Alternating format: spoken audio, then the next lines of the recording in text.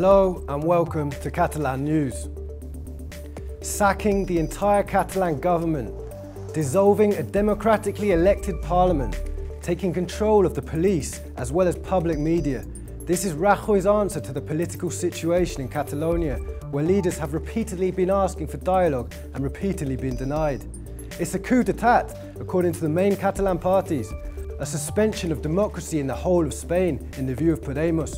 The Spanish government says it is not suspending self-government, but even mayors in Catalonia from the Socialist party that in Madrid is giving full support to the decision, warned here that the measures are totally unacceptable. Here at Catalan News, we've got all the details. Let's begin. It's the most serious challenge Catalonia's self-government has faced since the Franco regime, said the Catalan president today. And for many other politicians, democracy has been seriously endangered throughout the whole of Spain.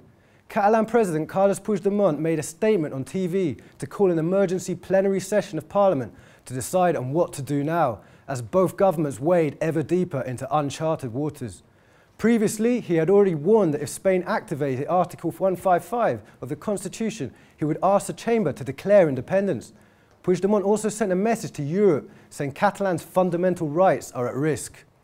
I want to address a message to Europe. Not only to its political leaders, but also and especially to all European citizens, our brothers and sisters with whom we share the European citizenship. If European foundational values are at risk in Catalonia, they will also be at risk in Europe. Democratically deciding the future of a nation is not a crime. This goes against foundations that unite European citizens through their diversity. Catalonia is an ancient European nation. It's core to the European values. We do what we do because we believe in a democratic and peaceful Europe, the Europe of the Charter of Fundamental Rights that should protect each and every one of us. You should know that what you are fighting for at your home, we are also fighting for in Catalonia, and we will continue to do so. The president of the Catalan parliament, Carme Forcadell, also reacted to the Spanish government measures to be imposed in Catalonia, which will reduce the powers of the chamber substantially. In fact, the Spanish government's intention is to introduce a de facto veto on any resolution coming from the Catalan chamber, in a sense rendering it impotent. If Madrid gets its way, Parliament will not be able to hold an investiture debate to appoint a new president. Ha anunciat l'execució d'un cop d'estat de facto, amb el qual pretén escapçar les institucions catalanes i apropiar-se'n. Un cop a la democràcia a l'Europa del segle XXI. El president Rajoy pretén que el Parlament de Catalunya deixi de ser un Parlament democràtic i això no ho permetrem. The dramatic measures announced by the Spanish government affect the Catalan government, parliament, public media and other public companies, including all staff of the administration, police and finances. The Spanish president, Mariano Rajoy, has blamed the Catalan executive for the situation in a press conference in Madrid. Rumours about the extent of Catalonia's self-rule suspension have been diverse, yet the real scope of Article 155 enforcement is among the harshest versions of media speculation. The Spanish government made public a 19-page document with a series of measures, and its president, Mariano Rajoy, announced the most relevant ones. Lo que vamos a solicitar al Senado, primero, a proceder al cese del presidente de la Generalitat de Cataluña, del vicepresidente y de los consejeros que integran el Consejo de Gobierno de la Generalitat de Cataluña. La facultad de disolver, si el Senado así lo decide, el Parlamento de Cataluña pasa al presidente del Gobierno. El presidente del Gobierno, si el Senado así lo decide, tendrá que convocar elecciones en un plazo máximo de 6 meses. No se acaba con el autogobierno, se le recupera para la legalidad y para la convivencia de todos los catalanes, no solo los independentistas. And who will rule in Catalonia instead of President Puigdemont?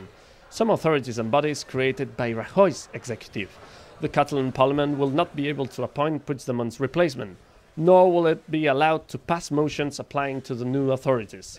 What's more, Madrid will have the right to veto any parliamentary initiative before being voted. But not only will all Catalan cabinet members be dismissed, Catalan elections be called from Madrid and parliament powers be limited. The Catalan administration will continue working, but the new authorities will have the right to dismiss or temporarily replace any of its staff. The takeover will also include the Catalan public media, as Rajoy said.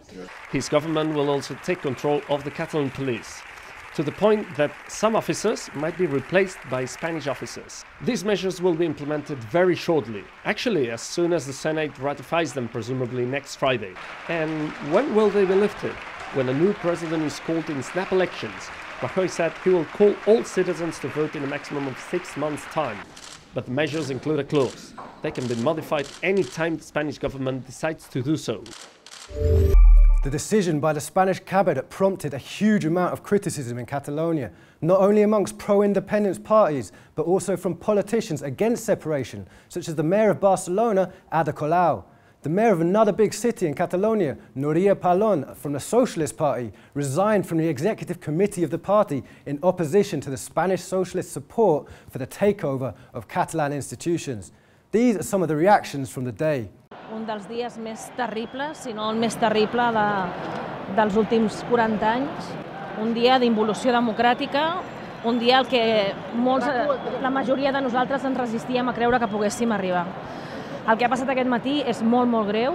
L'anunci d'intervenció de l'autogovern de Catalunya, de les institucions de Catalunya, és terrible.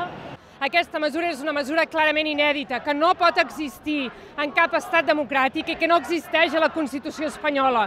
I això només té un nom, es diu cop d'estat. I avui ha quedat clar que l'única aposta de l'Estat és la repressió i la suspensió de la democràcia. Per tant, l'única manera de reconstruir la democràcia a casa nostra és fent aquest pas i fer-lo immediatament. Suposaria, si s'arribés a aplicar, a la pràctica desaparició de l'autogovern de Catalunya, la pràctica desaparició de Catalunya com a subjecte polític. Evidentment, això, com a poble, no ho podem tolerar. El govern de l'estat espanyol se situa fora del marc constitucional, se situa fora de la llei i el que fa és allò que podríem qualificar gairebé de cop d'estat. Un radicalismo absoluto, una persona fuera de control y fuera de la ley que nos lleva a todos los catalanes a una situación indeseada de enfrentamiento. Se trata de garantizar la neutralidad de las instituciones catalanas, recuperando su autogobierno, recuperar el pluralismo político que ahora se está viendo amenazado, cuando no secuestrado, por el propio independentismo. While the Spanish government was announcing the measures to take direct control of the Catalan institutions, following through with its threats of stripping its autonomy, the Spanish prosecutor also confirmed that he is working on a lawsuit against pro-independence politicians. The lawsuit is for an alleged crime of rebellion, and it will be presented in the event that independence is declared in the Catalan parliament in the coming days. The crime of rebellion carries a prison sentence of up to 30 years. The lawsuit might not only be against Puigdemont, but also his ministers, or even the members of the Parliament Bureau, in the eventuality they allow such a declaration to take place in the plenary session. The Spanish prosecutor also filed charges for sedition on September against 2 pro-independence leaders that have been in prison without bail since Monday. Today, 450,000 people took to streets to call for their immediate release, but following the decision of the Spanish government to sack the Catalan government, the demonstration also became a huge outcry of indignation in defense of Catalan institutions and rights. It was far from being the first demonstration in the last few weeks. Yet, 450,000 protesters took to the streets of Barcelona center today. The march was organized to demand the immediate release of the 2 pro-independence civil society leaders, Jordi Sánchez and Jordi Cuixart, currently incarcerated awaiting trial for sedition.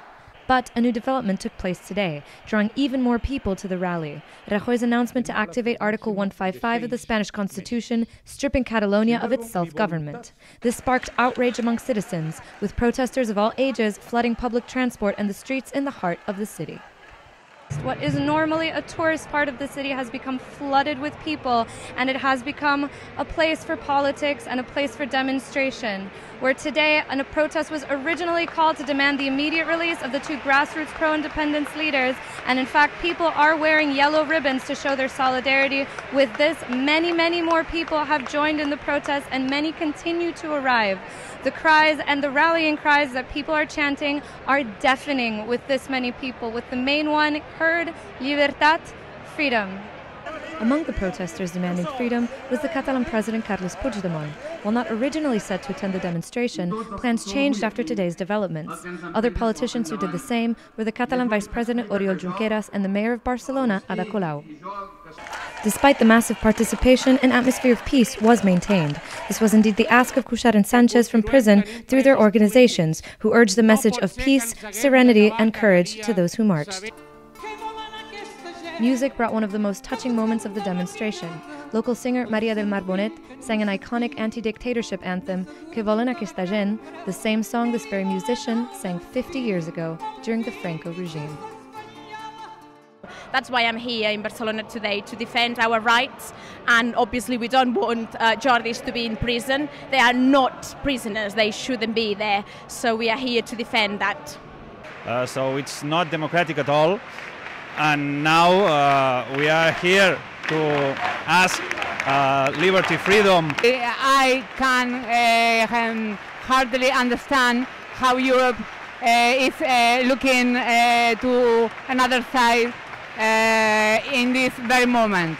And with this, we finish today's special show here at Catalan News. But before we go, we want to emphasize our commitment to plurality, media impartiality and independence, accuracy and professionalism, as we have always done.